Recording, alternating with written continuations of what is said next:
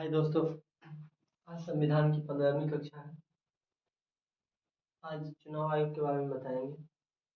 इसके बाद पंचायती राज और कुछ जैसे पंचायती राज बताएंगे, उसके बाद राज्य के बारे में कुछ बताएंगे जो छूट गया हुआ है।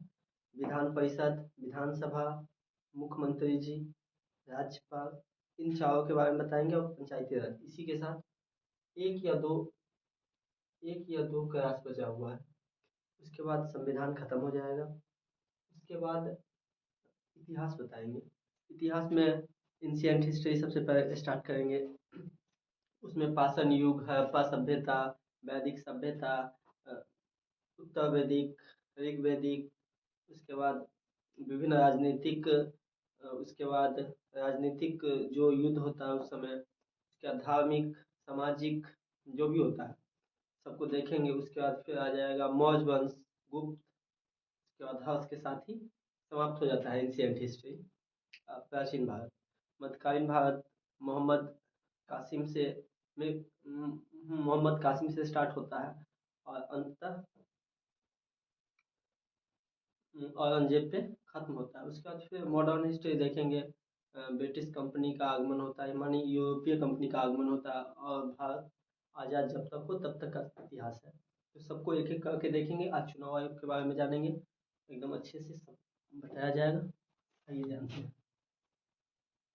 चुनाव आयोग। ये अनुच्छेद 324 से 329 तक है। भाग 15 में इलेक्शन कमीशन का अर्थ यही होता है, उसका काम होता है कि राष्ट्रपति, उसका काम होता है प्रेसिडेंट, वाइस प्रेसिडेंट, विधानसभा, विधान परिषद, उसके बाद लोकसभा, राज्यसभा, ये छह का इलेक्शन करवाना होता है, साफ, फेयर और कोई धांधली किए बिना। तो लोकतंत्र की सफलता बेहतर चुनाव संचालन से निर्भर करती है। अगर सही से चुनाव होगा तब तो लोकतंत्र बचेगा। चुनाव में ही दिक्कत होगा, चुनाव में ही वोटिंग में दिक्कत होगा, काउंटिंग में दिक्कत होगा, बूथ कैप्चरिंग जैसा समस्या होगा, तो कहीं ना कहीं चुनाव को बाधित किया जाता है, जिससे कि सही लोगों का चुनाव नहीं होगा, फिर गलत लोग आ जाएंगे और फिर लोकतंत्र धीरे धीरे खत्म हो जाएगी, जिससे तानाशाही बढ़ती है। आइए जानते हैं संविधान। चुनाव आयोग एक संवैधानिक निकाय है, संवैधानिक संस्था है। इसको बता ही दिए हैं। भाग 15 अनुच्छेद 324 से 29। अनुच्छेद 324 में क्या था, चुनाव आयोग की चर्चा है, क्योंकि चुनाव आयोग होगा तब तो मतदान करेंगे, काउंटिंग होगा, जो भी चीज होगा। तो अनुच्छेद 24 में 324 में चुनाव आयोग की चर्चा है, जबकि अनुच्छेद 326 में सार्वभौमिक मताधिकार, सभी व्यक्ति को जो 18 वर्ष से ऊपर के हैं सबको वोट देने का राइट है। तो सार्वभौमिक मताधिकार, भारत के हर एक नागरिक, जो भारत का नागरिक होगा, सबको जो 18 प्लस होगा उसको वोटिंग राइट है। 25 जनवरी 1950 को चुनाव आयोग का स्थापना हुआ था। चुनाव आयोग कब गठित किया गया था, तो 25 जनवरी 1950 को। 25 जनवरी के दिन हम क्या मनाते हैं, राष्ट्रीय मतदाता दिवस। इसी को याद करने के लिए राष्ट्रीय मतदाता दिवस, समय समय पे मतदाता दिवस के बारे में उसका थीम होता है, जो कि अभी अब आने वाला है जनवरी में, तो उसी को जानेंगे। 25 का, 24 का तो कोई बात ही नहीं है। निर्वाचन आयोग में मुख्य चुनाव आयुक्त होते हैं। निर्वाचन आयोग में 3 चुनाव आयुक्त होते हैं, जिसमें से एक चीफ होते हैं, चीफ इलेक्शन कमीशन, मुख्य चुनाव आयुक्त। 2 होते हैं अन्य चुनाव आयुक्त, जिसकी नियुक्ति राष्ट्रपति जी करते हैं। आइए आगे देखते हैं। प्रथम महिला चुनाव आयुक्त रामा देवी बनी थी, फर्स्ट। जबकि जबकि इसका नियुक्ति कैसे किया जाता है, ये भी तो एक ये है कि फेयर चुनाव के लिए नियुक्ति इसका कैसे किया जाए। इस बार सबों ने देखा है कि इसमें एक संशोधन किया गया है मुख्य चुनाव आयुक्त की नियुक्ति में। अब क्या कर दिया गया है, मुख्य चुनाव आयुक्त, चीफ इलेक्शन कमीशन में,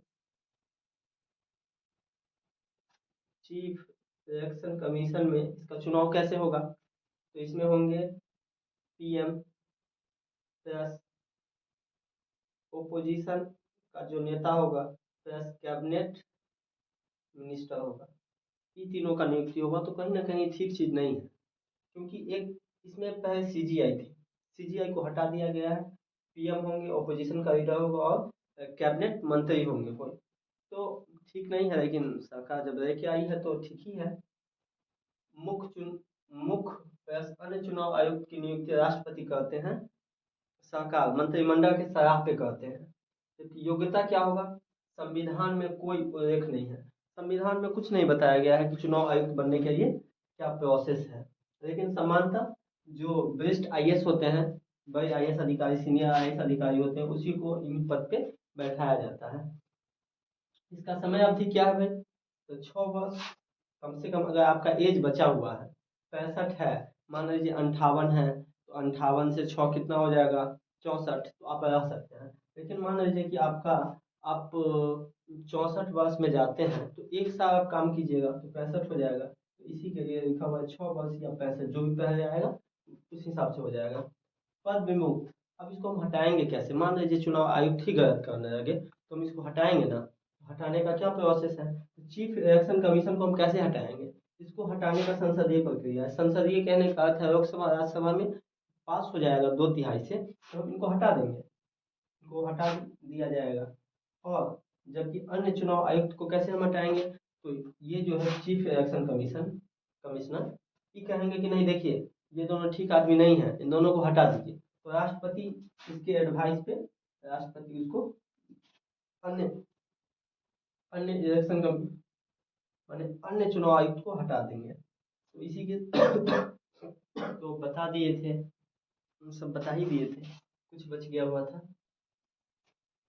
तो आइए, नेशनल पार्टी बनने के लिए कम से कम 4 राज्यों में आपकी पार्टी कम से कम 10% वोट लेके आए, 10% वोटिंग मार्जिन होना चाहिए, नहीं तो 4 सांसद होने चाहिए।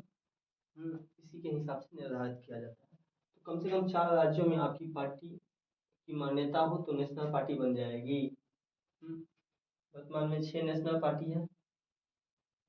आप लेटेस्ट बना है आम आदमी पार्टी, आम आदमी पार्टी। इसके नेशनल कन्वीनर केजरीवाल।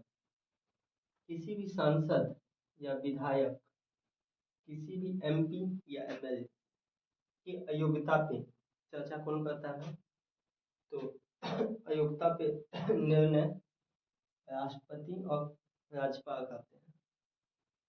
इसमें स्पीकर की भूमिका होती है, स्पीकर सिफारिश करते हैं तो ये लोग करते हैं, लेकिन मुख्यतः राष्ट्रपति ही करते हैं और राज्यपाल ही करते हैं। चुनाव के दौरान आदर्श आचार संहिता लागू हो जाता है। उस समय सरकार कोई भी काम नहीं करेगी, सरकार कोई नीतिगत निर्णय नहीं ले सकती है, सरकार का सभी पावर खत्म कर दिया जाता है आदर्श आचार संहिता में। उसका उल्लंघन करने पे उस पर केस दर्ज होता है। मतदान होने से 48 घंटा पहले क्या होता है, चुनाव प्रचार खत्म हो जाता है, चुनाव प्रचार खत्म हो जाता है। उसके बाद इंद्रजीत गुप्ता समिति है एक, और रिंगदो समिति है, इसका संबंध चुनाव आयोग से है। इसी के साथ चुनाव आयोग के बारे में इतना कुछ बता दिया गया, इससे बाहर एक चीज भी नहीं पूछेगा, अच्छे से कीजिए। और इलेक्शन कमीशन 2024 में जो इलेक्शन हुआ था उसके बारे में मोटे मोटे तौर पे कुछ बता देता हूँ। एनडीए 293, जबकि बीजेपी 240, जेडीयू 12, टीडीपी 16, सब मिला के। और अन्य कुछ इंडिया में मुख्य घटक में से कांग्रेस 99, एसपी 37 संभवतः। पीएम नरेंद्र मोदी बने हैं, जबकि लोकसभा में ओपोजिशन के नेता राहुल गांधी बने। तो इसी के साथ आज 15वीं कक्षा समाप्त हो गया, 2 कक्षा बचा हुआ है, इसके साथ ही संविधान खत्म हो जाएगा, उसके बाद इतिहास को देखेंगे। इसी के साथ धन्यवाद, शुभ रात्रि।